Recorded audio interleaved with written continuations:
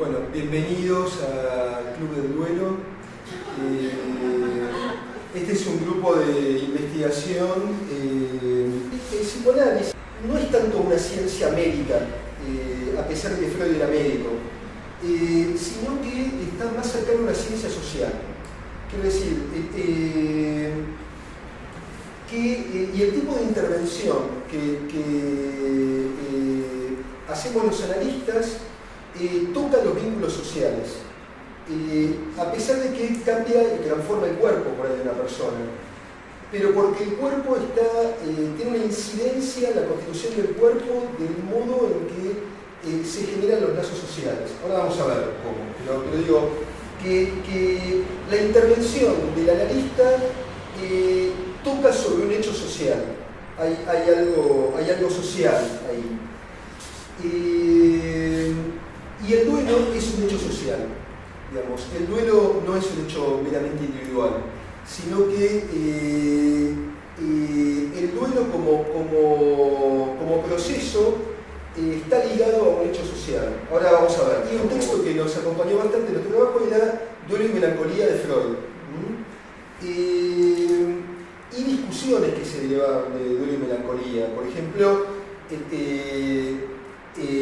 Lacan en el Seminario de la Angustia, en la invitación a esta reunión, no sé si ustedes recuerdan, que yo puse un pequeño texto en el evento, en donde citaba la frase de Lacan, donde retoma en el Seminario de la Angustia duelo y melancolía, y dice Freud, hay un trabajo de rememoración y volver más de una vez alrededor del vínculo con la persona perdida amada, para que se produzca la pérdida, ¿no? Y para Freud, dice Lacan, se trata entonces en todo ese trabajo de un trabajo muy doloroso, porque es volver a recordar y entonces es volver a perder lo perdido.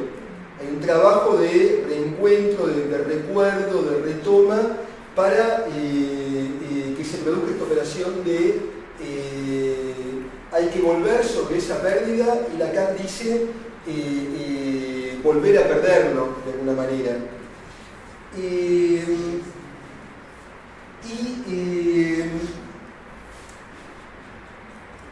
Pero Lacan dice nuestro trabajo es a la vez idéntico al de Freud y contrario, porque es un trabajo de restauración.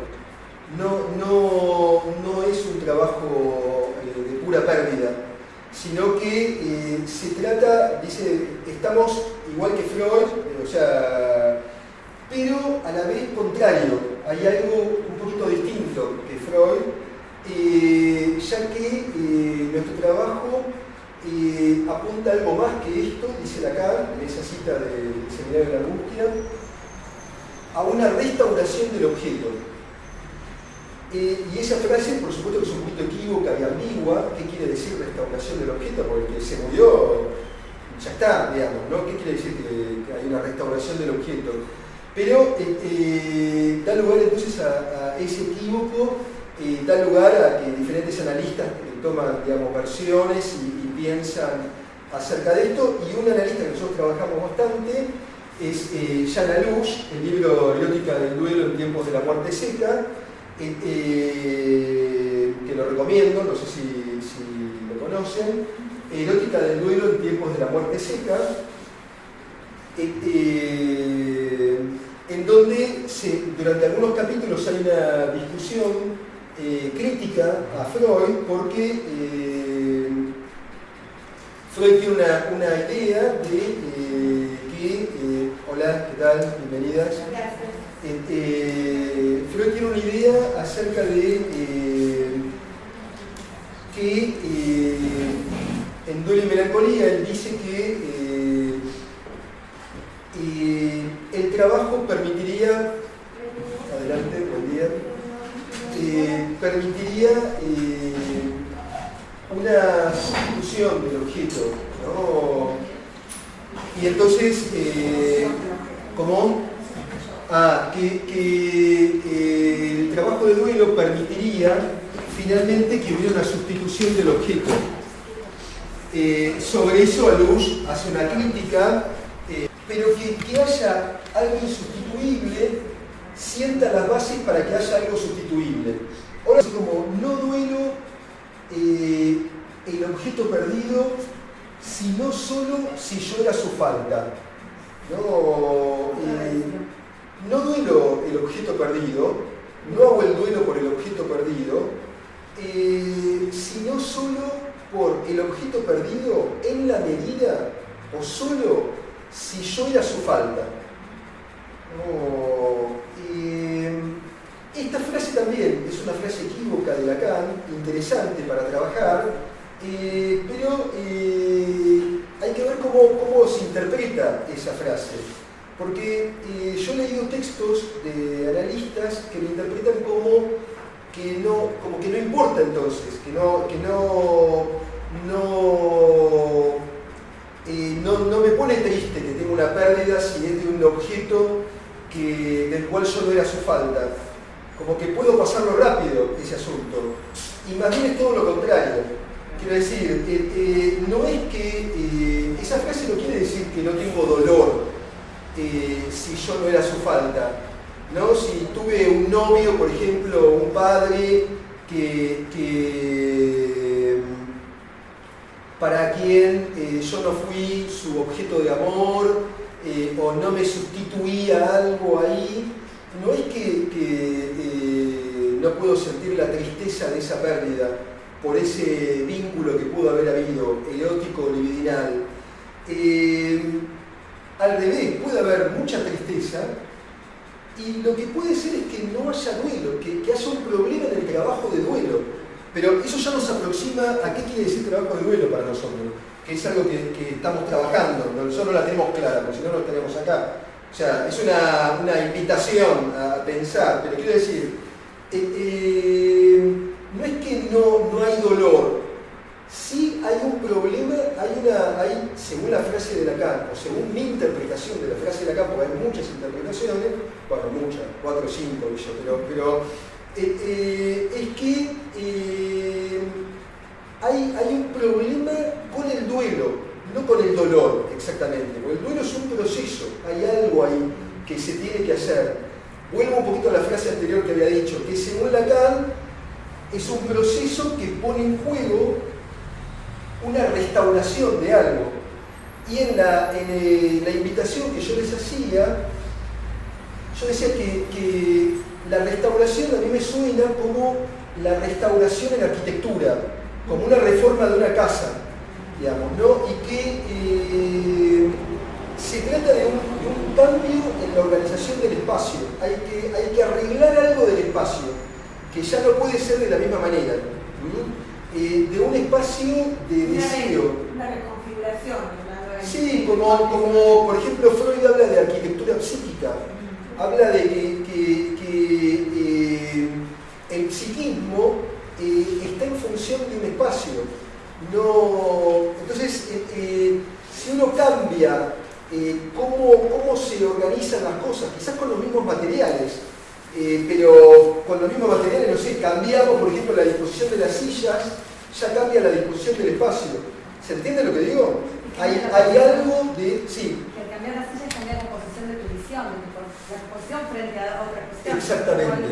Al cambio de posición hay una restauración. Exactamente. Un reposicionamiento frente a algo, ¿no? Y un modo de circulación también, ¿no? Por ahí esto promueve que yo pueda, por ejemplo, comentar frontalmente estas cuestiones.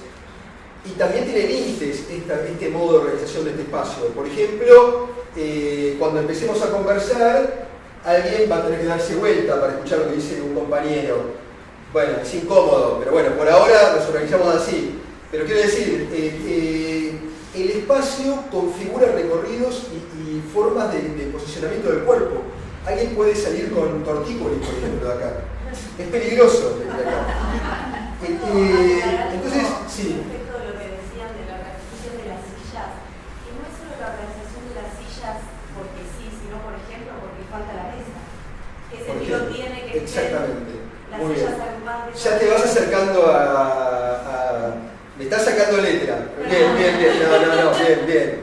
Sí. ¿Me permitís? Yo cuando vos decís restauración, pensaba en varias cuestiones. Cuando se hace una restauración de una casa, como vos bien decís, se mantiene la estructura. Es decir, lo que cambia es algo en relación a la imagen, al uso que se le da. Digo, porque también lo pensaba en relación a la restauración de una obra de arte, ¿no? Cuando se dice, esto fue restaurado, esto fue, o sea, yo estaba en el Museo de la Lengua y tomaron algunos cuadros que eran de, creo que Galerías Pacífico, los llevaron, hicieron la restauración, es decir, volvieron a tocar algo del orden de la imagen, porque cuando vos decís el tema del objeto, o sea, no se pierde lo perdido, yo pensaba justamente en relación a lo especular, a lo que toca del yo en ese duelo, que no es en relación a esa imagen.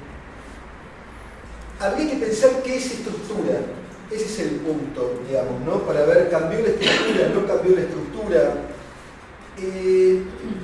No voy a tomar la reunión para decir qué es estructura para mí, porque implica mucho tiempo, pero al menos quiero comentar una cosita que tiene que ver con lo que estuvimos trabajando el año pasado, en Palma, con el horizonte de nuestra conversación, es las estructuras freudianas en la psicosis. Después se pensó que el concepto de estructura era las estructuras psicopatológicas, y dábamos clase así, o sea, las estructuras son neurosis, psicosis, las estructuras. Pero en realidad, a mí me parece que es una mala lectura. Es una autocrítica también, yo daba clase varios años así, pero me parece que es un problema porque no es exactamente a donde apunta Lacan, digamos. Lacan no dice las estructuras 1, la psicosis, estructura 2, la neurosis, por ejemplo. Dice las estructuras freudianas en la psicosis. Entonces, ¿qué es la estructura freudiana? ¿Qué son las estructuras freudianas? No son la psicopatología, no son los diferentes mecanismos de defensa, ni la psicopatología. Digo mi punto de vista un poco rápido, entiendo que esto lo podemos conversar más tiempo, es una manera, igual todo lo podemos ir conversando y es una gran conversación esta, pero digo una idea, me parece que las estructuras freudianas son estructuras de un decir. Me parece que la estructura en Freud es cómo se produce un vínculo y que el vínculo está en el mundo humano fundamentalmente ligado a un modo en que se dijeron las cosas y un modo en que se dicen las cosas. Que el decir produce lazos sociales y las estructuras freudianas son estructuras de un lazo social. Por supuesto que esto tiene una incidencia sobre la psicopatología, porque hay un modo típico del amor en la psicosis, por ejemplo. Ahora vamos a volver a qué quiere decir sustitución y la cuestión con el objeto. ¿No? ¿Qué es un vínculo? ¿Qué es el erotismo, por ejemplo? ¿Qué es que alguien se siente atraído por un objeto? ¿Y por qué hay un problema cuando el objeto se pierde? Vamos a llegar ahí, porque una cuestión que también tratamos de hacer es apoyarnos bastante en la clínica, digamos. Pero cuando digo clínica, no digo solamente casos clínicos. Ustedes van a ver acá cómo yo, por ejemplo, propongo hacer caso. ¿Qué quiere decir hacer caso? ¿No? Porque es hacerle caso a algo. Cómo seguirle el hilo, cómo dejarnos guiar por lo que se juega en un lugar, digamos, ¿no? Que me anticipo un poquito que va a apuntar a lo real, a lo que voy a tratar de explicar. Pero, por ejemplo, cómo seguirle el hilo a una repetición, ¿no?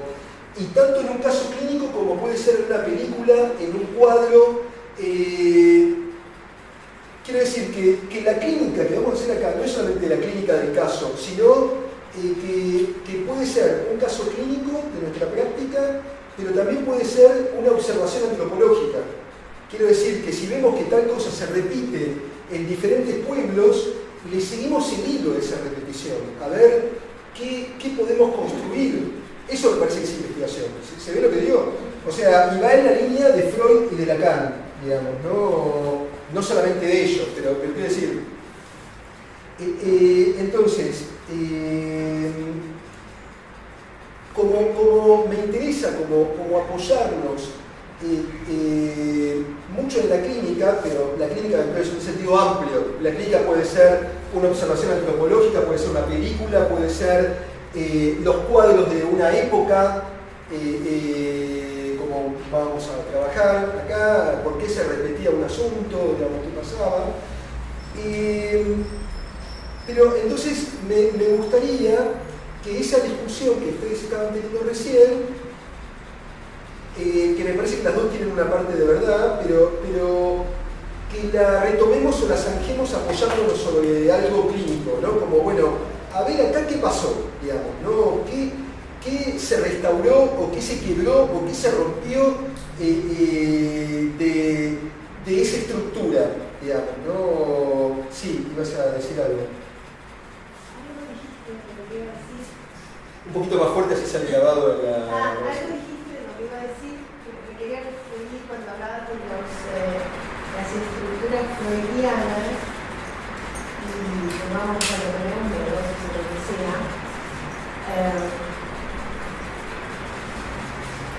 que el duelo produce al menos... No puedo produce al menos momentáneamente una desestructura de la estructura. Eso. Y aún cuando trabajo en nuestra sociedad relativamente exitoso, lo que el trabajo parece que va a estructurarse. Eso. Sí. Y pensar estructura como una configuración, a mí me resulta más fácil pensarlo en términos de nudos o de anudamientos, o que es como más flexible para que resulte algo único, singular, que se va transformando en función de hechos, sucesos, hitos, acontecimientos o lo que fuere que desestructuran o conmueven, y eso se vuelve a acomodar como a las sillas en función de algo que da y requiere que se reconfigure. No es una silla. No, No es pero una para silla y con decirlo- eso se va algo más. Sí. Pensando en alguien, ¿no? En alguien que transita un análisis. Hay una cuestión. Cuando yo digo, por ejemplo, que me interesa hablar de las estructuras freudianas, que es como una clase de estructuras, digamos, ¿no? No sé, estructuras es una palabra que se usa para muchas cosas, ¿sí? La estructura molecular, la estructura arquitectónica, la estructura de un puente de hierro, puede ser, quiero decir, de un reticulado, me refiero, una estructura de soporte de ingeniería. Pero cuando hablo de estructura freudiana, me parece que hablo de algo específico un poco retomando lo que vos decías, y también lo que vos decías, cuando digo estructuras freudianas, en vez de la estructura psicosis, así, no es por ser petardista, digamos, porque bueno, busquemos la sutileza, mirá, me llama la atención que me pusieron el EN y bueno, yo lo leo y otros no lo leyeron. No es ese punto.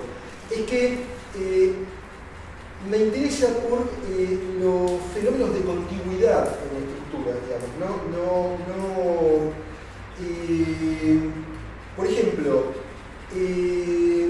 la melancolía, que es una cuestión que a nosotros nos interesa mucho y que si llegamos a tiempo vamos a empezar a trabajar con algunas cuestiones, en su oposición con el duelo, es un poquito discutible que sea una estructura psicopatológica típica.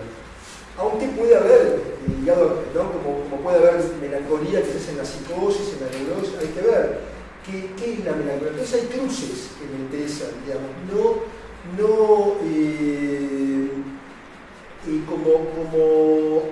hacer cortes demasiado abruptos de cosas que podría ser un punto artificial cortarlo tan abruptamente. O en todo caso que la clínica nos diga qué está pasando. Vamos a ver cómo probarlo. Pero entonces, vuelvo un poquito a la frase que había dicho antes.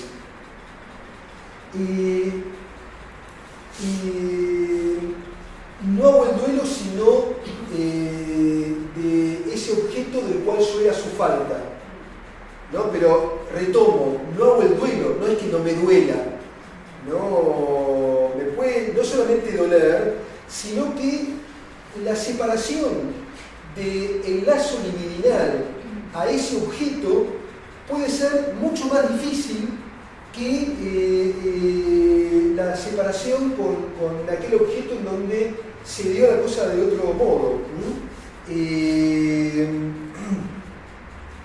Entonces, ¿qué quiere decir que yo era su falta? ¿Y qué quiere decir la sustitución? Voy a tratar de dar un pequeño ejemplo clínico. No es un ejemplo de mi clínica, es un ejemplo que tomo de un psicoanalista amigo porque me queda cómodo porque lo puedo decir rápido, así paso después al otro. Es un ejemplo de Hugo Cardoso,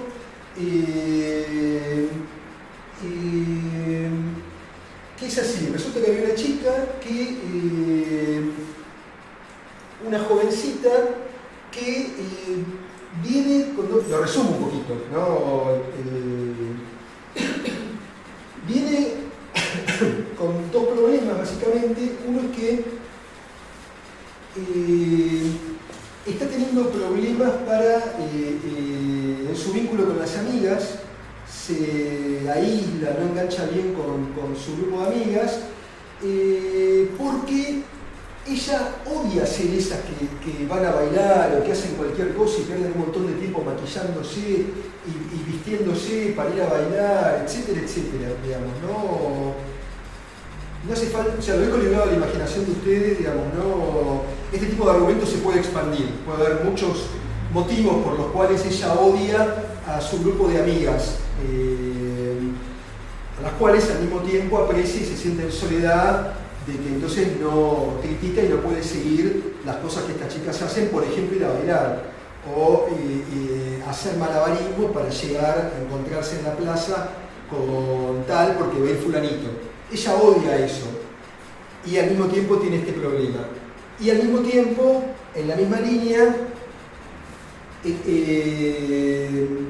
está un poco preocupada porque así nunca va a tener novio, ni va a poder salir con un pibe, porque siempre hay algo que ella le da mucho enojo, pero le gustan los pibes, querría, pero no le va a ser muy difícil enganchar con un pibe. Esta es una línea, digamos, de preocupación y de cuestiones que ella comenta en su discurso. Hay mucho de esto, digamos, ¿no?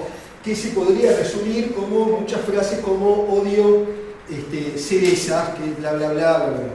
Y la otra línea es que a ella le agarran atracones. Por ejemplo, va a la heladera la noche, se angustia, qué sé yo, y en la heladera siempre hay algunas cositas, comidita artesanal, qué sé yo, y ella se empieza a comer, pero se come, viene como en cajoncito, qué sé yo, se lo come, digamos, ¿no? Entero, se come una. Y bueno, ella también está preocupada, digamos, de que come esos atracones, que ella pierde el control y que come demasiado. Y en un momento determinado, en un viaje, ella refiere que bueno, pasó por un lugar que vendían fruta del lugar, qué sé yo, por supuesto, y se compra cerezas que vienen en un cajoncito, que por supuesto ella se morfa, digamos, ¿no? Pero entonces, ¿no? Hay una cuestión que es que la intervención del analista, de Hugo, es entre cerezas que tanto odia y cerezas que ella se come, hay un cajón. Esta chica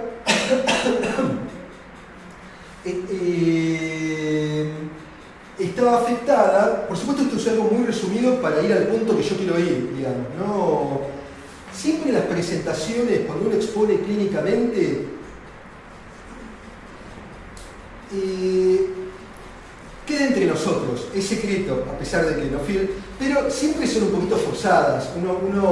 En la clínica realmente son más desprolijas, no puede ser así. Pero eso no importa, porque lo que importa es los efectos, la eficacia y lo que uno construye, digamos, ¿no? Cómo se construyó un asunto. La cuestión es que, de manera esquemática, entonces, estando advertidos de que esto pudo no haber sido tan cerradito, tan así, pero lo que me interesa ubicar es este asunto, que esta chica estaba afectada por lo siguiente. Bueno, cuando le dice, entre cerezas que odia y cerezas que come hay un cajón, inmediatamente remite a recuerdos que ya habían aparecido en el análisis en muchas ocasiones, pero con una articulación particular. Ahora van a ver lo nuevo, que no aparecía tanto, o que aparecía pero no aparecía el enganche, no aparecía como captar que eso obedecía una lógica, a qué hilo sería, aparecía como fragmentos que después se van como ubicando como, esto es un asunto que este hilo engancha con este. Cuando le dice esto abre recuerdos acerca de la muerte del padre, por un lado, porque el padre murió en un accidente automovilístico y entonces, unos años antes de este problema, ya no viene por la muerte del padre exactamente, viene porque, lo que acabo de comentar, así nunca va a conseguir novio, le da bronca porque se tiene que quedar aislada porque todas las amigas son más pelotudas, bueno. Pero remite a la muerte del padre, que ella se quedó como atragantada con algunas preguntas, porque toda la gente decía que el padre se mató en la ruta. Y se mató se suele decir de alguien que se suicida, no de alguien que muere. Y entonces, ¿por qué la gente dice se mató? Ella se queda preguntando qué implicación tuvo mi padre, fue descuidado, por ejemplo, tuvo una negligencia y por eso murió. Esa es una línea. La otra línea es que cambió mucho la relación con la madre desde la muerte del padre. La madre no la dejaba esta chica ni a sol ni a sombra.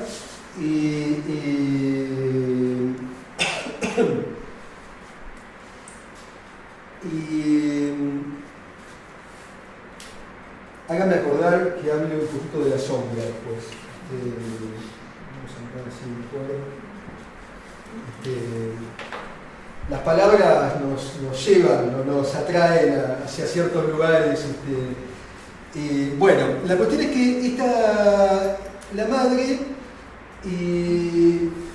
la pasa a buscar a todos lados, siendo que ella tiene una edad que podría manejarse con alguna autonomía. No deja que le falte nada a esta chica. Inmediatamente trata de solucionar y estar encima, la tiene encima todo el tiempo a la madre. Y la madre, después de que murió el padre, ella durmió en la misma cama con la madre para hacerse compañía durante un tiempo. Ya llegó un momento que ella quería irse de la cama con la madre y volver a su pieza, pero la madre se ponía como loca, como no, pero a mí no me molesta, pero ¿por qué te hago compañía? Bueno, toda una cosa así. Se ponía muy mal la madre y entonces ella no podía objetarle, no podía frenarle la demanda materna que había ahí. La madre, a su vez, ella misma había perdido a su padre muy chica y la pérdida de este padre significó una catástrofe para ella. O sea, a partir de ahí su vida fue un desastre hasta que se puso de novia con este tipo, al cual amaba, y que se casó y después nació esta hija. De manera tal que lo que quiero decir es esto, que entre cerezas que odia y cerezas que ella se come hay un cajón, remite a que hay algo que gira en esa conversación ¿no? Con el analista. Hay algo que gira, los decires bordean algo indecible, algo que no se estaba diciendo en ese momento. No tanto que el padre murió y que ella estuvo muy triste y era un padre querido, etcétera, etcétera, sino que hay algo que se detonó ahí, pero que estaba en juego ya, que es que a qué lugar viene ella, digamos, no en relación a la madre ya, no al padre, digamos, que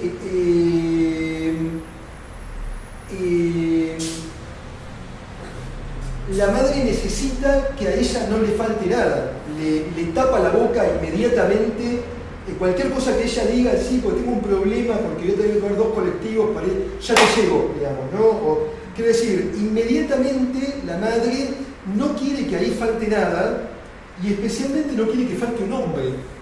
No, ella le propone que tiene que dormir en la cama con ella, tiene que quedar taponado la ausencia de un padre, porque le toca un punto sensible a la propia madre, el riesgo, la amenaza de que se le caiga su propia estructura, lo que ella pudo armar. Otra cosa, ¿qué es una estructura? Lo podría decir, ¿no? También una arquitectura, pero también una arquitectura psíquica. Es como lo que uno pudo armar con cierto material. Por ejemplo, no es lo mismo los ladrillos apilados en el corralón que armar columnas y paredes y armar un espacio. Algún día me gustaría que Claudia traiga lo que está trabajando sobre el trabajo con el collage, porque ella estaba pensando en la cuestión de un collage en arte como hacer con lo que hay, ¿no? un trabajo particular. Eso a mí me interesa mucho con la cuestión del duelo, pero bueno, es un pequeño paréntesis. Pero entonces decía,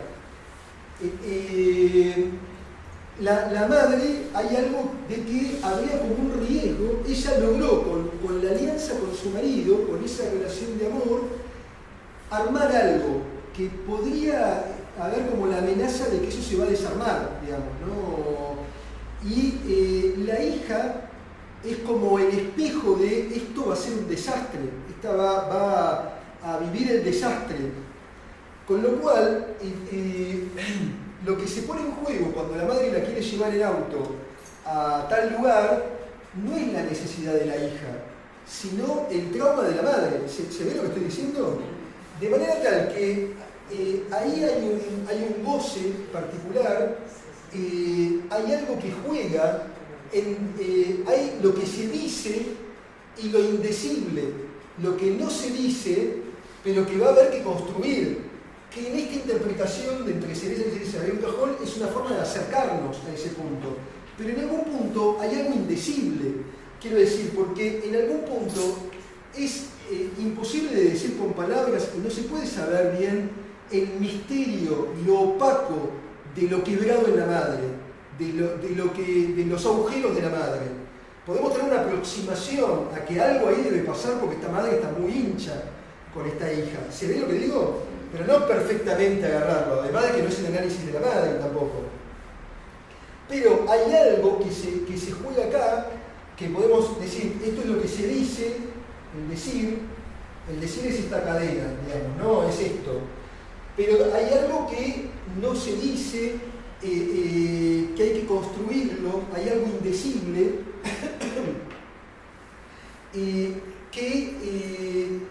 que falta en el decir.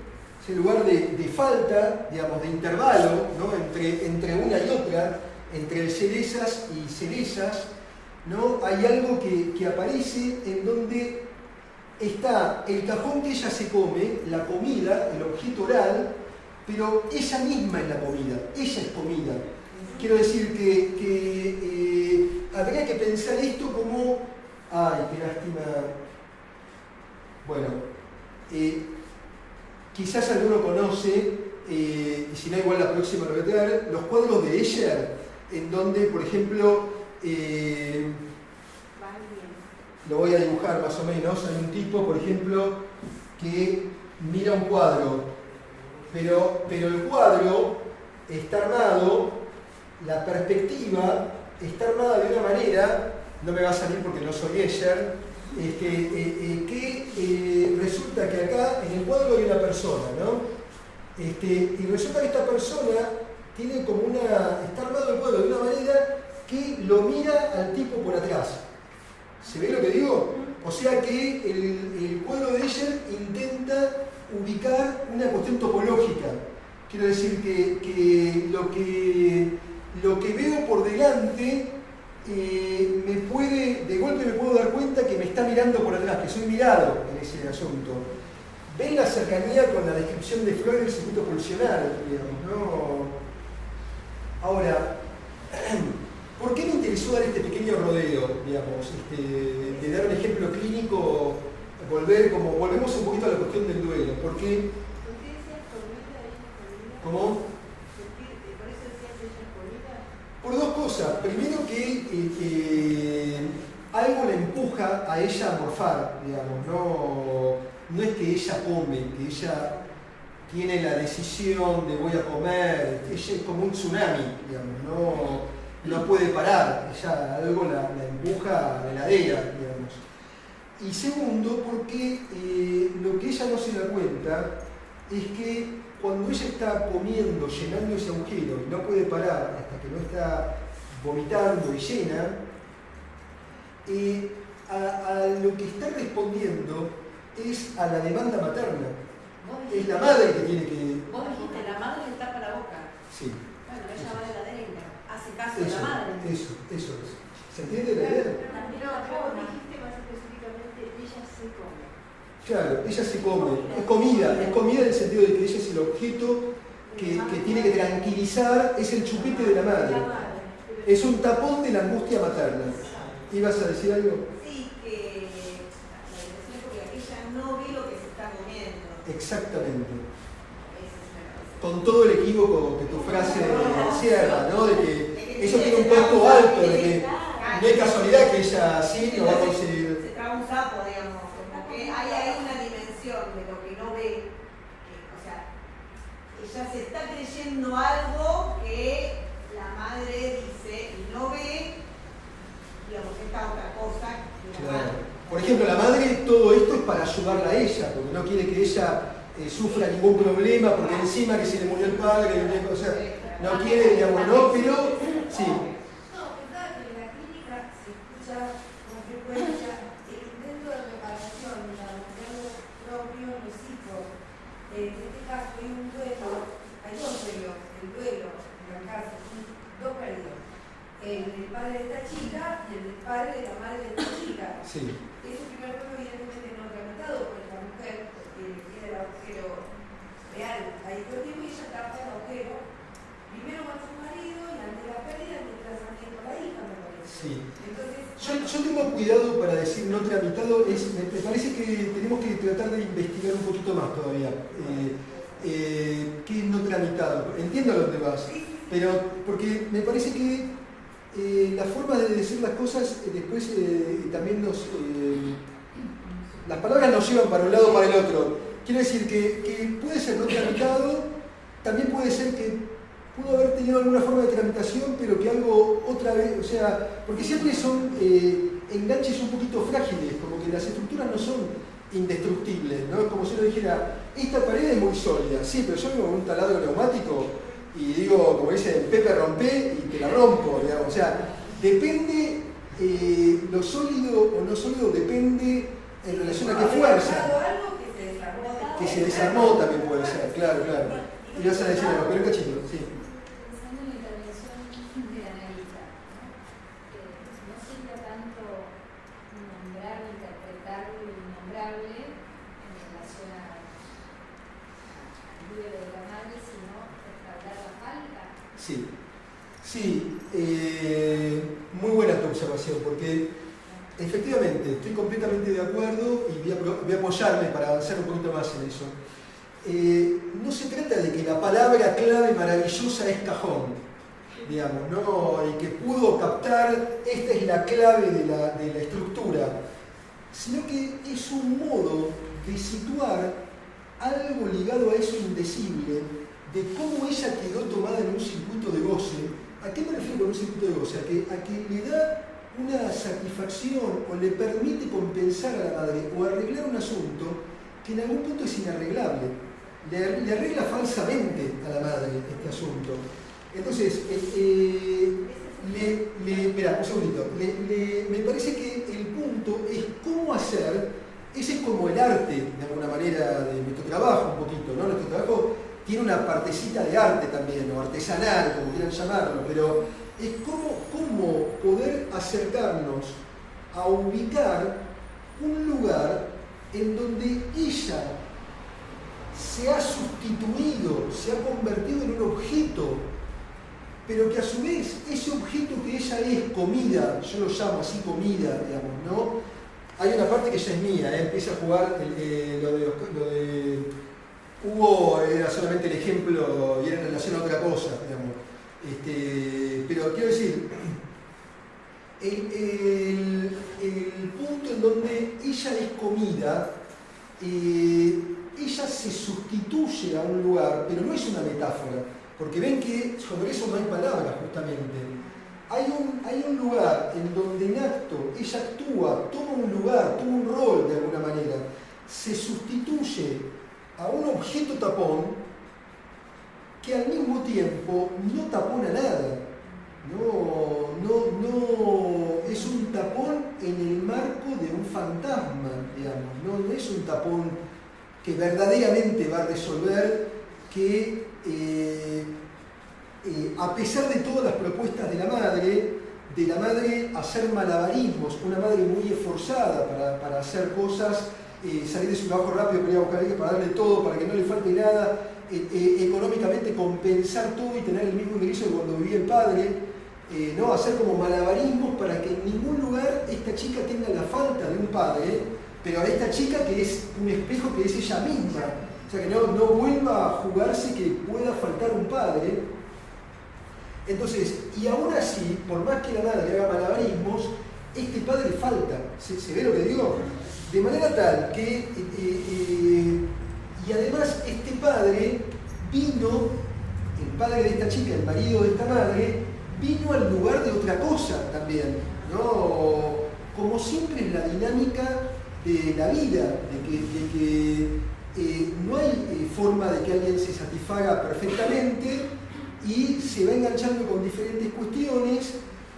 Entonces, ahora, después de todo este rodeo, me puedo volver un poquito a la frase de lo sustituible y lo insustituible, digamos, ¿no? Y el problema del duelo y la falta, y si sustituye o no sustituye.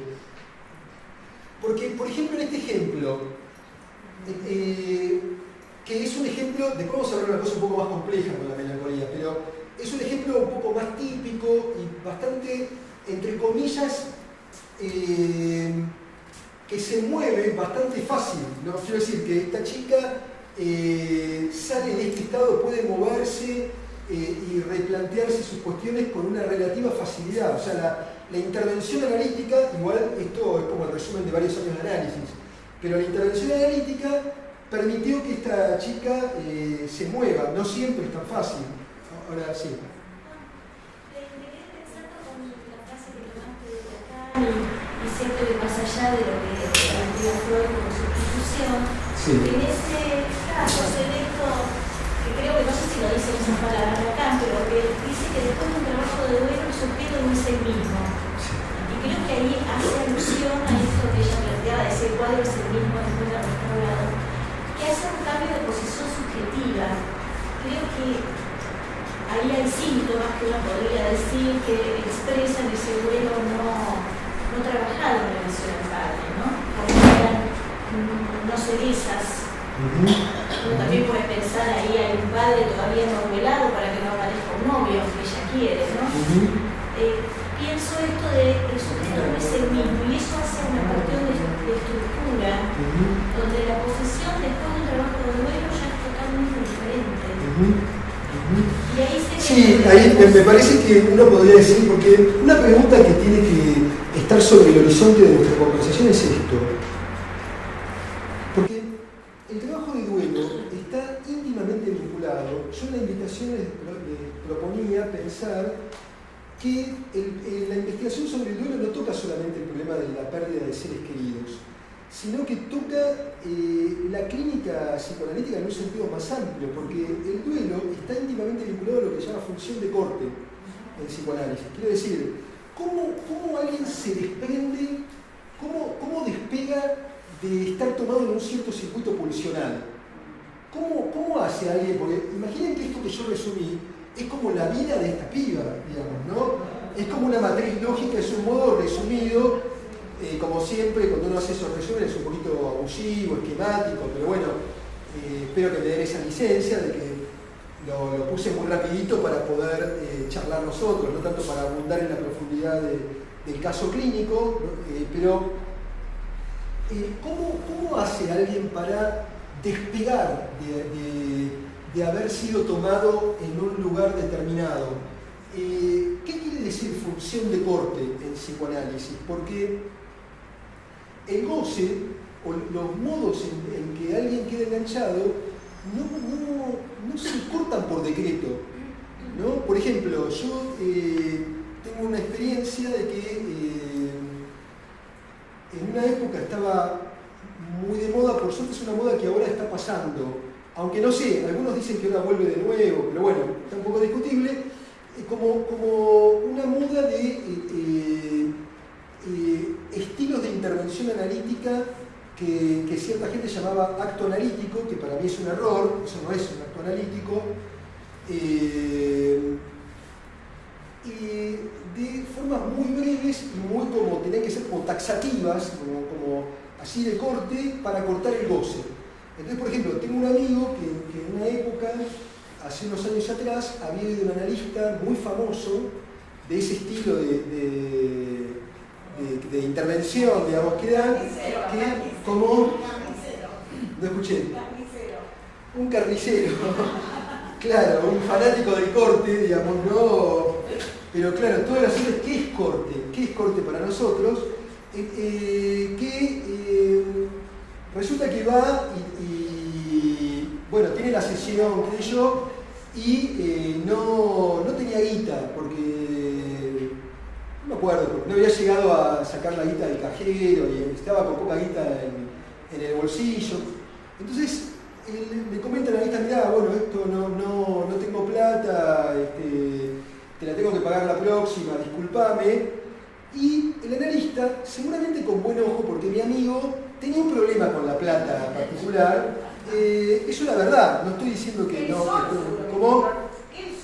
Él solo, no todo, pero él tenía un problema muy particular, digamos, ¿no? Él tenía un problema especial, un poco como cualquiera, pero un poco más particular, y entonces el analista seguramente habrá visto ahí algo.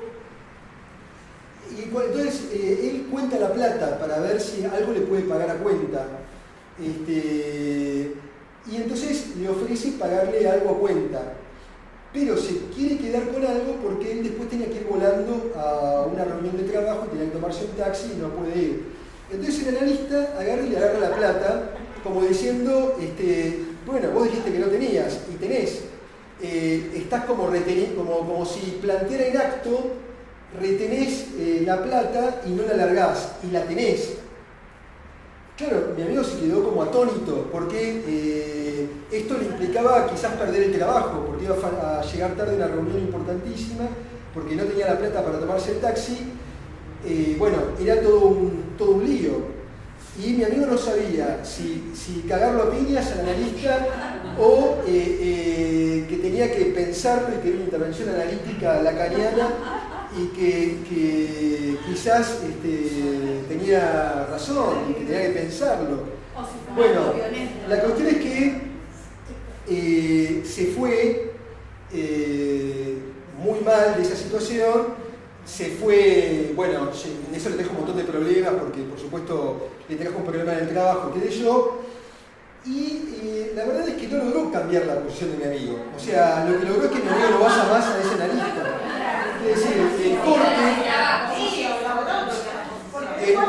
claro, el corte pero no logró un corte, pero no un corte con la posición de goce que mi amigo tenía en relación al circuito anal que estaba ahí en juego. Pero bueno, este es un ejemplo, quiero decir, porque para él era como, no hay que hablar mucho, digamos, como hay que cortar el goce, digamos, ¿no? Esta era la posición de este analista, evidentemente. Pero el problema es que no hay manera, si uno no sigue este circuito del decir, quiero decir, si seguimos el circuito del decir, podemos bordear el objeto en donde alguien quedó retenido. ¿Se ve lo que estoy diciendo? Y volviendo un poquito a la sustitución, digamos, ¿no? Me parece que se podría decir que esta chica ha ido a un lugar, a un circuito de sustitución. Al mismo tiempo, ha ido a un circuito de sustitución porque hay algo insustituible. Quiero decir, es porque es imposible la satisfacción pulsional, quiero decir que la demanda materna de que se resuelva ahí algo es imposible, porque la estructura es como un collage, es como hay que hacer con lo que hay, o sea, uno agarra diferentes materiales, digamos, ¿no? Y va armando algo. La madre trató de ir armando como pudo, y entonces es porque hay algo que no se puede satisfacer, que ella viene a algún lugar libidinal, porque si la madre estaría hecha, como si yo dijera, tengo la vaca atada, no tiene hijos, no tiene sentido, no entra. Si la madre, si hay algo que no se pudo resolver en ese duelo de la madre, en esas cuestiones, si hay algo que queda en el lugar de falta, en la madre, es porque hay algo insustituible, inarreglable, imposible de satisfacer, que hay demanda materna y que la hija puede venir a ocupar ahí algún lugar. Entonces, en cierto sentido, ese amor entre la madre y la hija tiene algo que ver con que hay sustitución y no hay sustitución al mismo tiempo. ¿Se ve lo que estoy diciendo? Se le está comiendo, sí. Pero no solo eso, porque una cuestión, hablando de cambio de estructura, cuando la hija se aviva de todo esto, ya el asunto de odio, cerezas, ya no va más. Cae, se desinfla todo eso. Su lugar de falo de la madre se desinfla. Pero ¿cómo se desinfla? A diferencia del analista de mi amigo, digamos, ¿no? Que le quiere cortar el goce así. Acá se desinfla, no porque alguien me dice, te prohíbo, boluda, salí, andá con tus amigos, digamos. No es así. De alguna manera se demuestra lo imposible de la pulsión, se demuestra que hay algo que, uno podría decirlo así, queda demostrado, queda escrito como si fuera una demostración matemática. ¿Qué es escribir? Es una cuestión que también podemos pensar en psicoanálisis. Bueno, vamos a poner así. ¿Qué se escribe?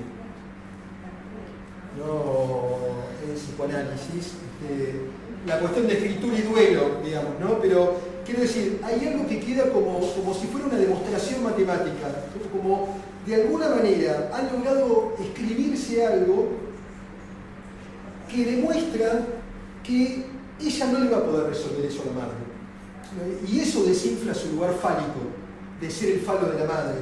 Eso, el objeto que ella era, comida, que estaba inflado, caduca, cayó eso. Eso es lo que le permite despegar. No despegar de la madre, porque ella la sigue queriendo la madre, pero despegar de esa posición, de ese circuito, y también despegar de ese circuito quiere decir también un cambio en su modo de decir. Ella no va a decir estas cosas y eso le va a permitir salir a bailar con las amigas. ¿Se ve lo que estoy diciendo?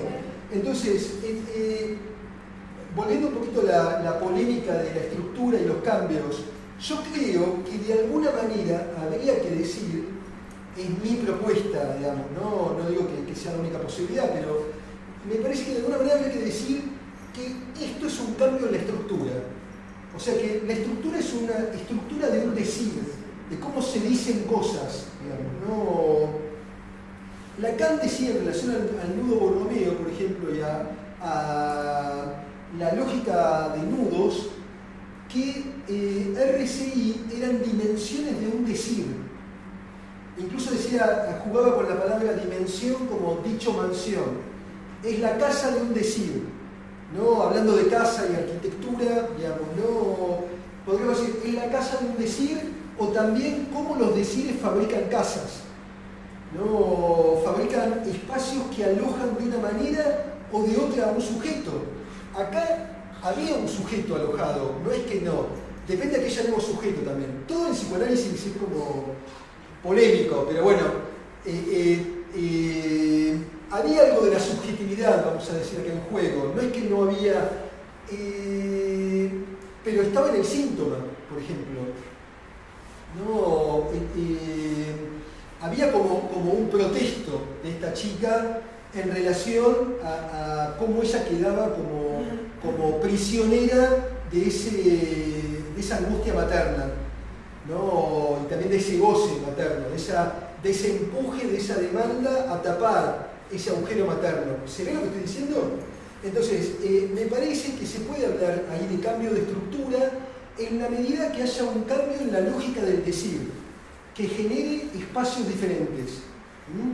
Entonces, eso no es estructura, Javier, porque llamo estructura. no es lo mismo el cambio de posicionamiento del sujeto en relación al objeto que un cambio de estructura, ¿no?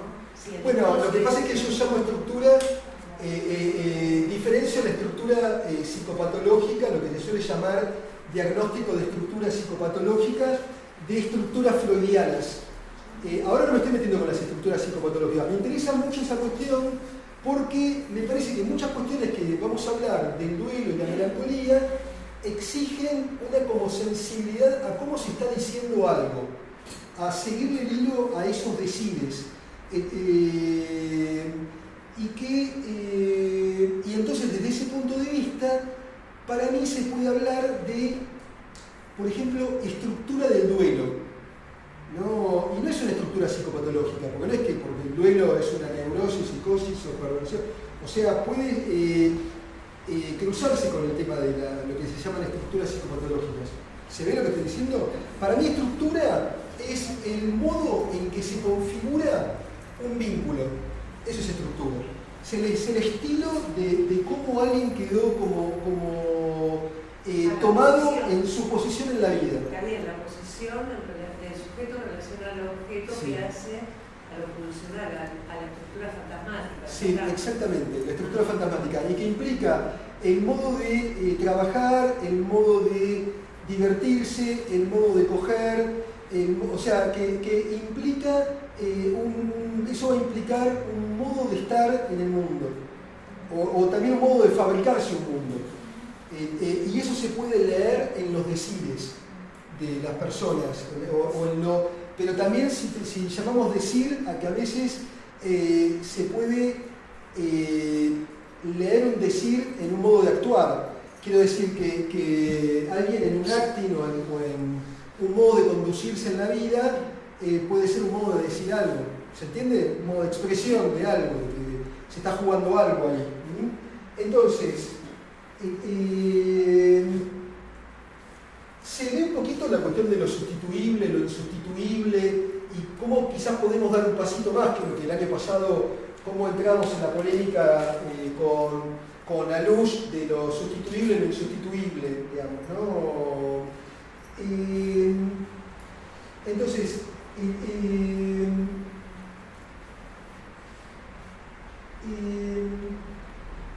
estructura también podría ser una manera de decir cómo veo un cuadro de situación, ¿no? Un cuadro tiene una estructura, digamos, también.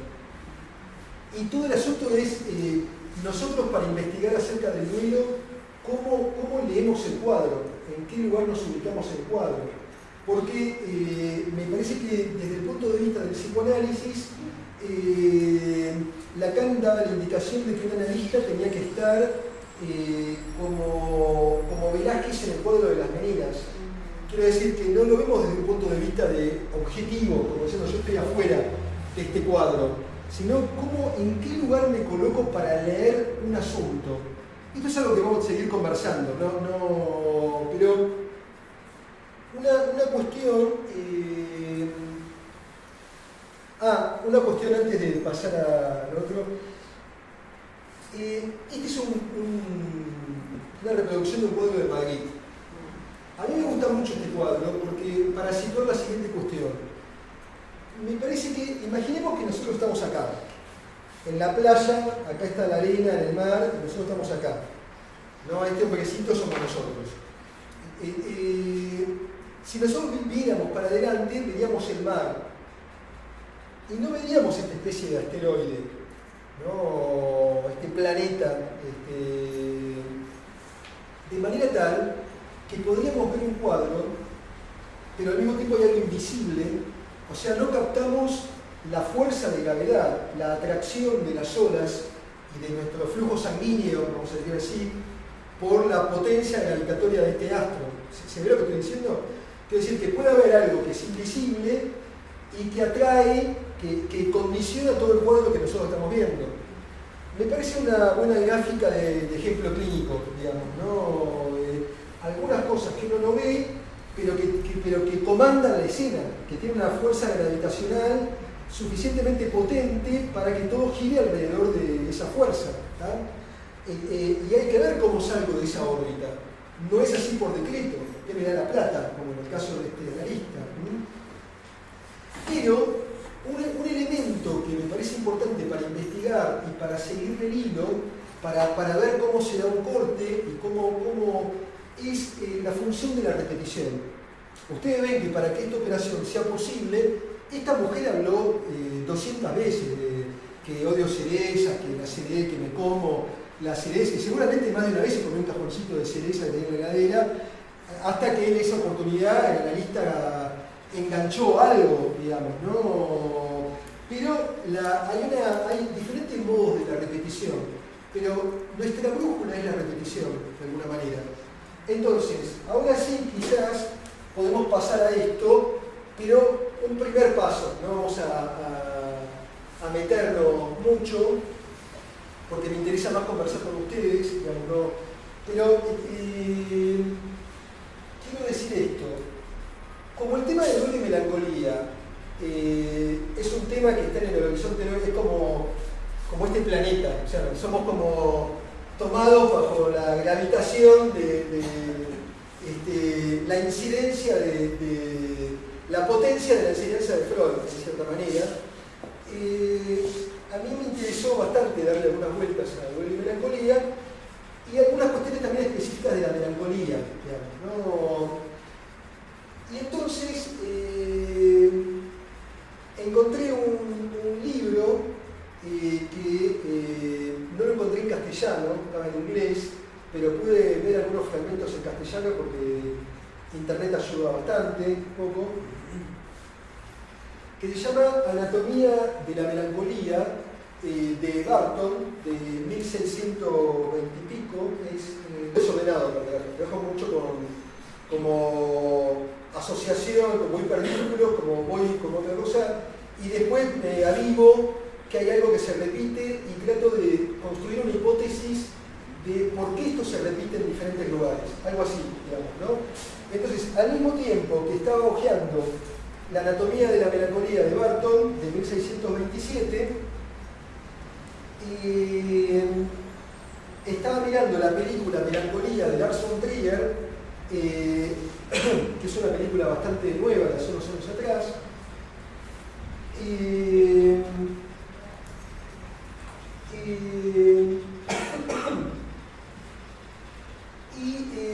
estaba leyendo un trabajo de François Dawan, retomar la lectura porque ya lo había leído en la época, que se llama Don Quijote o Cómo combatir la melancolía, o Para combatir la melancolía, de François Dawan.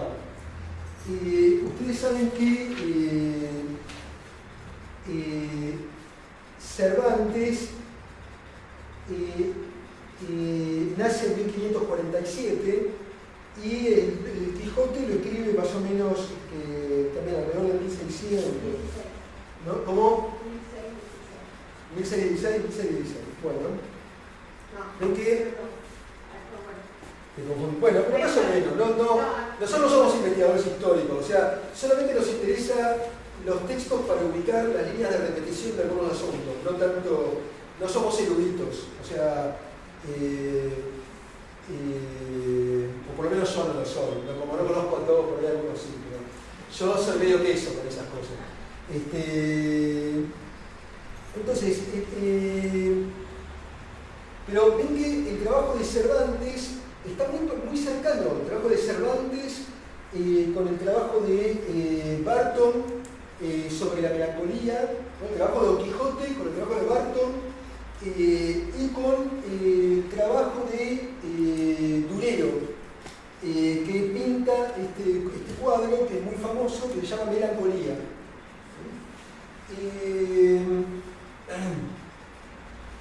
Y acá puse algunas cuestiones de Batman, de la película Batman, porque recuerdo que el año pasado habíamos trabajado, cuando trabajamos la película La Habitación Verde, La Habitación Verde era, ¿no? Sí, La Habitación Verde, habíamos visto la cuestión de la doble vida de ciertas personas melancólicos, como que en su vida hacen las cosas, qué sé yo, y en la intimidad es como otra vida, digamos, ¿no? La decisión que se armaba. Y era parecido, por ejemplo, para Jan Stalovinsky, que escribió un libro que se llama La tinta de la melancolía, que hace como una investigación de diferentes personas que escribieron acerca de la melancolía. Para Jan Stalovinsky, muchos melancólicos escriben diarios que muestran como una especie de doble vida. Entonces, a mí me interesó el trabajo de... Bueno, y una cosa que habíamos trabajado la vez pasada, que ya eso era de mi cosecha un poco, cómo en los superhéroes, en varios superhéroes, no sé si se acuerdan, porque no es que dedicamos una reunión a esto, el año pasado, pero fue dicho, una de las cosas que hablaba, es que varios superhéroes están justo tocados por un asunto de duelo. Es algo para hacer pensar eso, ¿no? Podríamos escribir un artículo para una revista de historieta que llama los superhéroes y el duelo o algo así, porque, por ejemplo, Batman, que puede el Loco y Araña, Superman, todos como pasaron por proceso de duelo y después tienen esta especie de doble vida, entonces son un super personaje y al mismo tiempo otro que es un débil, digamos, ¿no? Y en la película La Habitación Verde habíamos visto que había un personaje que era como un tipo súper trabajador, ¿no? Como hacía cosas, el trabajo, creo yo, y al mismo tiempo el tipo estaba tomado por un duelo particular. Tenía su punto frágil, vamos a decir así.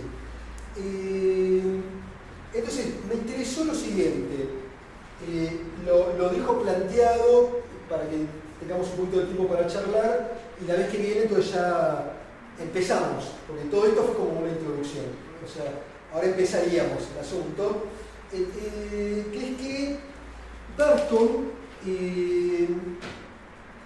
escribe su anatomía de la melancolía. Ven que acá hay como dos dibujitos. Hay un par de cosas muy interesantes de Barton.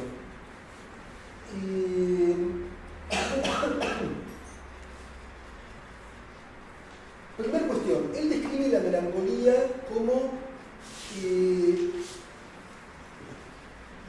figuras que tienen determinados rasgos. Casi parecería Barton como que retoma un análisis de la escuela fenomenológica o de Binswanger, digamos, ¿no? Como es descriptivo, digamos, describe algunas cuestiones. Entre otras cosas, él describe que son personajes que tienen el cuerpo que en algunos momentos parece que se caen. Y entonces, acá hay personajes, este es el melancólico, el que se cae, se tiene que poner algo para apoyar la cabeza, pues está así, se cae, digamos, ¿no? El tipo. Como que se cae corporalmente. En el trabajo de Durero, La melancolía, también hay una mujer acá que es este angelito mujer, tiene unas alas, que se cae, está así como medio como caído, el sostén de la mano, típico de los pintores, digamos, como que ponen la mano para sostenerse el cuerpo, hay que sostenerse un cuerpo que se cae. Me parece importante la relación con estos asuntos que vimos, ¿no? Como ¿se acuerdan que decíamos que la piba cuando capta un asunto, el objeto se desinfla, ¿no? Hay una en vez de haber inflación, que los precios aumentan, en vez de haber inflación fálica, hay desinflación, hay como una decaída, digamos, ¿no? Pero acá vemos como cuerpos caídos, que se caen, digamos, ¿no? Pero ven que no es solamente Barton, es Durero, podría hablar de varios más, ahora vamos a ver. Y en una época en donde muchos están pensando, es una época de narraciones de catástrofes, de que los planetas se pueden caer.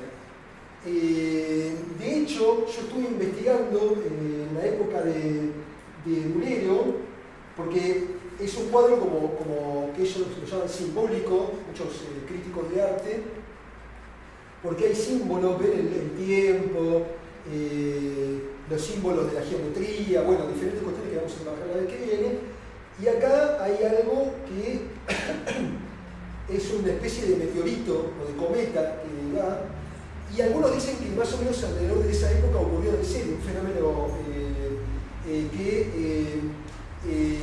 resulta que este cuadro se pintó en 1514 y hay un meteorito que se llama Eisenhell que cayó, no me acuerdo si en Dinamarca o en Noruega, bueno, por el norte de Europa, pero que en toda Europa se vio durante un tiempo fenómenos en el cielo, y bueno, está todavía, que lo quiera ir a visitar, si quieren les averiguo bien. Eso lo vi en una página de astronomía de Google, pero la cuestión es que ese meteorito que fue tan grande que hay restos de ese meteorito hoy en día, cayó en el año 1500 y justo coincidía además con el cambio de siglo y cayó ese meteorito y fue como un tole-tole. Y entonces algunos dicen que el cuadro de Durero tiene una alta incidencia con el terror que se vivía en la época de la caída de los planetas, que la gente pensaba, y poco tiempo después, en el año 1600, o sea, en el año 1500 y pico, Copérnico estaba preso. Copérnico, lo recuerdo, es el que postuló la teoría que cambió nuestra visión del espacio y en donde no es que todo gira alrededor de la Tierra y la Tierra está inmóvil, sino que la Tierra se mueve. Pero si la Tierra se mueve, el problema con Copérnico es que había gente que decía no puede ser, porque entonces se cae todo, es un desastre, se cae todo. Se empieza a ver el problema de la amenaza de caída y cómo puede incidir, porque ¿cómo se toma alguien una caída? ¿No? El problema de que el cielo se nos caiga a pedazos. Pues el cielo, o sea, uno podría preguntarse, ¿qué es el cielo? ¿Qué son las estrellas? ¿Qué es el cielo? Cuando decimos que alguien se muere y va al cielo, ¿o qué es el cielo? Es una pregunta que yo no la contestaría tan rápido. Me parece porque el cielo tiene algo para decirlo en lacanés. A mí no me gusta hablar mucho en lacanés, pero para decirlo rápidamente, pero ya lo vamos a desglosar un poquito más, pero tiene algo del lugar del otro, digamos. No quiero decir que se caigan los planetas o que se caiga la configuración, el soporte que uno tiene para navegar o la referencia que uno tiene en la vida, es un problema, digamos, que eso se caiga. Y las estrellas en el día de navegación, ¿no? Sí, pero tengo una... ¿Querías decir algo? Ah, perdón, bueno, así pensaba que quería decir algo. Pero lo que quiero decir es que hay algo ahí, hay un clima de época de de asunto de caída que me pareció muy interesante porque justo en la película Melancolía se trata de una melancolía, una mujer que está melancólica, al mismo tiempo que hay un fenómeno astronómico, que hay un asteroide que se acerca a la Tierra. Y entonces es una película que podría ser de cine catástrofe, no parecido a Batman, acá pero se cae todo a Ciudad Gótica, digamos, podría ser, digamos, de cine catástrofe, pero no. Pero hay que ver qué es la catástrofe en la película. Se la recomiendo para que la vean, quizás si la pueden ver para la próxima, estaría bueno, o para la otra, para poder trabajar. Pero, entonces yo, por hoy, lo que quería exponer cerraría con esta cuestión. Dos cosas. Por un lado, ¿de qué depende que las cosas se sostengan o no? Me parece que la pregunta acerca de la caída y las incidencias de por qué algunas caídas se toleran mejor que otras, o cómo juega el hecho social en relación a la caída, me parece que es una pregunta que podemos sostener. O sea, me parece que la pregunta por el problema, digamos, que se le había planteado a Durero en relación a un momento en donde se jugaba la caída de los astros, me parece interesante. De hecho, tengo todo un trabajo de investigación que los quiero dejar como en las novelas, como así como... claro, como esto lo van a ver en el próximo capítulo, que es las pesadillas de Durero que tiene, digamos, ¿no?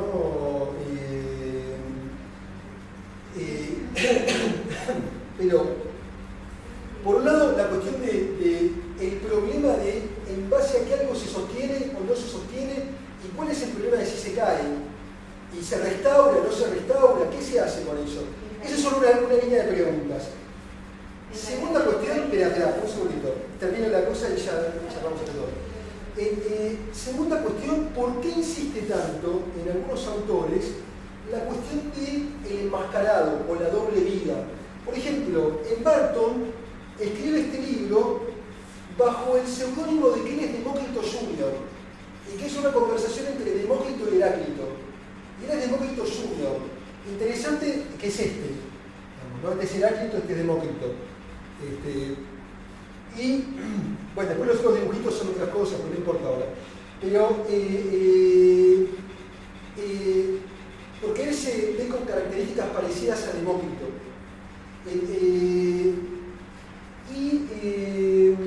Hace una especie de elogio de la melancolía, como Erasmo había hecho el elogio de la locura.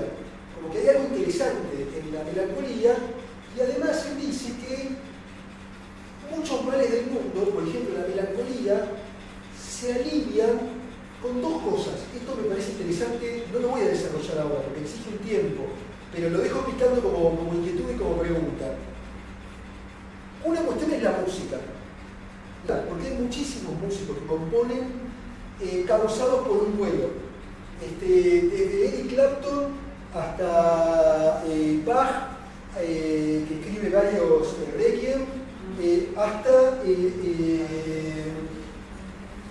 por ejemplo, la banda famosa System of a Down, la canción famosa Chop Suey, en realidad le pusieron Chop Suey, pero en realidad es Suicide. Suicidio, digamos, ¿no? Le pusieron ese nombre porque les dijeron que si no, no iba esa canción, que no puede una canción llamarse así, y bueno, le cambiaron el nombre y le pusieron Chop Suey, digamos, ¿no? Que es una canción que también podemos ver después. Pero una cuestión entonces es la relación entre duelo y música, y otra cuestión es que, esto me parece muy interesante, que Barton dice que él va a curar el mal con más mal. O sea, que era una medicina, pero digamos que hay que matizarlo, no es tan fácil el asunto. Pero igual me parece interesante esta idea, que Barton dice que él se cura su propia melancolía, que escribir este tratado le alivió su propia melancolía. Tenemos que ver por qué. Esto es lo que tengo por ahora, pero ahora vamos a charlar. Ahora me tomo un mate yo, aprovecho para tomar. Sí, alguien me iba a decir algo. Yo te Sí. iba a preguntar, ¿la película que decís para la próxima cuál era? Melancolía, de Lars von Trier. Lars von Trier, si ven reportajes en YouTube, van a ver que él dice que él es melancólico. Y que también curarse el mal con más mal. Que él cuando hace películas, y especialmente la película Melancolía, pero también tiene otras películas que tienen algo parecido, como por ejemplo Anticristo, o tiene otra película que se llama Ninfómana. Son todas películas que tocan un problema de duelo y melancolía. Y Dogville, sí. Y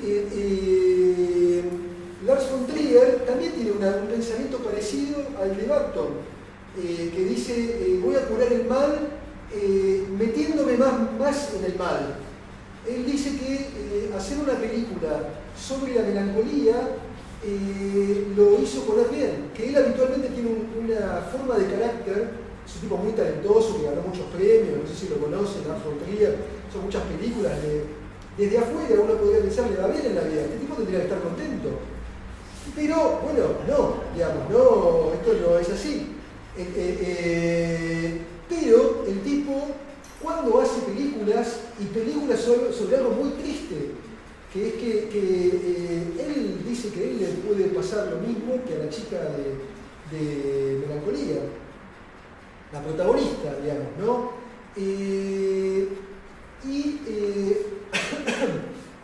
Sin embargo, cuando él hace las películas, él se siente en un estado no festivo, no es que está súper alegre, pero está mucho mejor. Él está aliviado y está bien, y la vida es mucho más vivible, de manera tal que él no puede no hacer películas, porque acá hay otra cuestión, que muchas veces se ha discutido la relación entre duelo y escritura, porque hay algunos escritores que se han suicidado. Entonces algunos críticos dicen, es peligroso escribir, porque escribir lo llevó a matarse.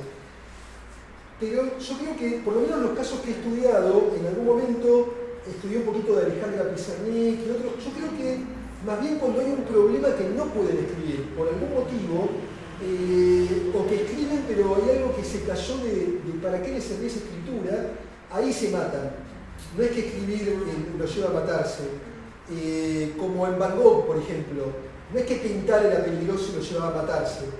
Es al revés, pero bueno, eso es como para Sábado le pasaba, él decía que también, Sábado le pasaba por el no sabía. Mira. Sí, hay un libro que es de la melancolía de Sábado, no me acuerdo.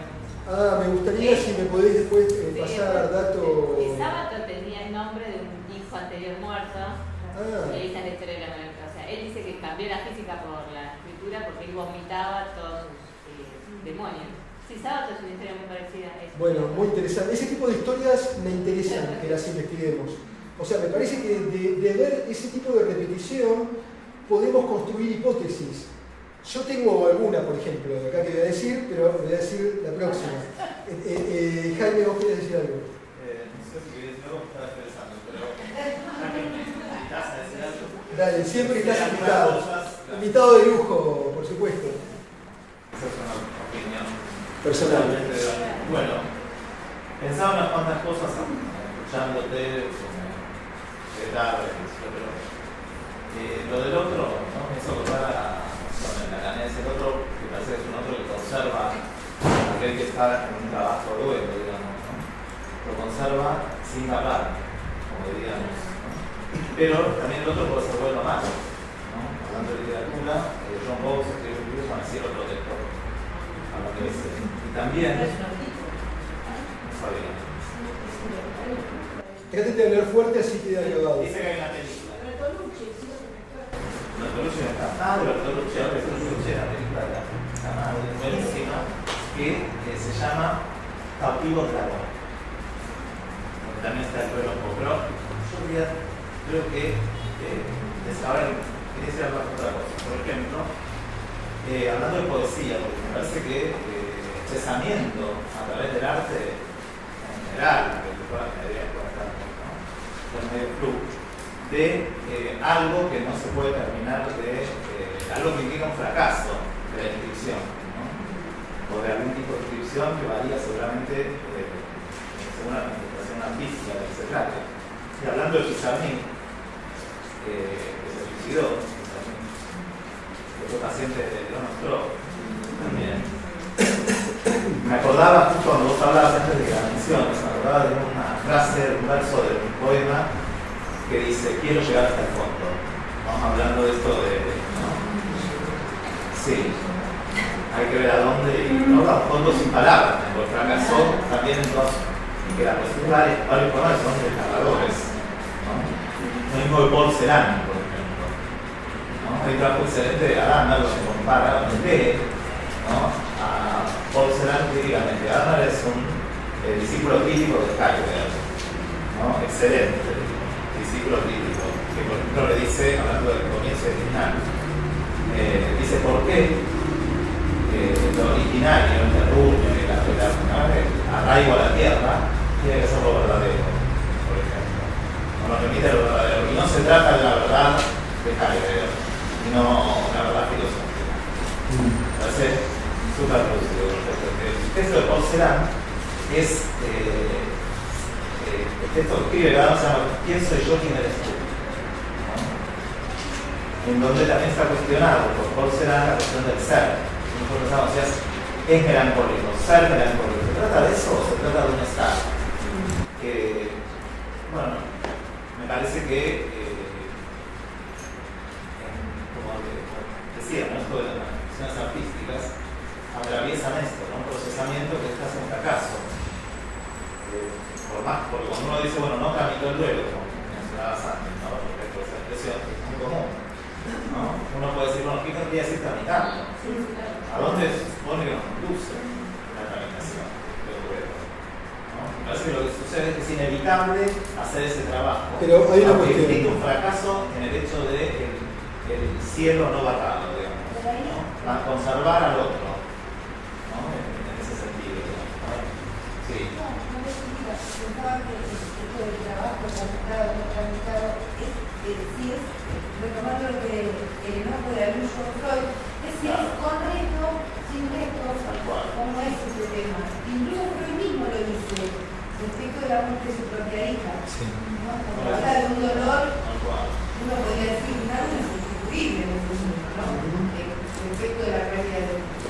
Entonces me parece que tiene que ver. A mí me hizo muchas preguntas de la música, yo soy música y digo, los grandes músicos de jazz, por ejemplo, que terminan muertos por suicidio o por una cirrosis o por exceso, digamos. Entonces, yo me preguntaba muchas veces si eso tiene que ver con, ponemos entre comillas la palabra que usa, no, con una insuficiencia de esa creación, o no, que es un resto, que no se elaborar, eso no es para todo. Por ahí pensaba una cuestión, quizás las cosas no tienen que ser o blanco o negro, tramitado o no tramitado, quiero decir, a mí me parece, no lo podemos desarrollar, lamentablemente por cómo vino la mano nos quedó poco tiempo para la conversación y puede ser un poquito ping-pong, y siempre las conversaciones tipo ping-pong tienen algo medio de chicana que a mí no me gusta, pero es inevitable, va a tener que ser un poquito breve, pero digo esto, estando advertido de todo esto, digo esta cuestión.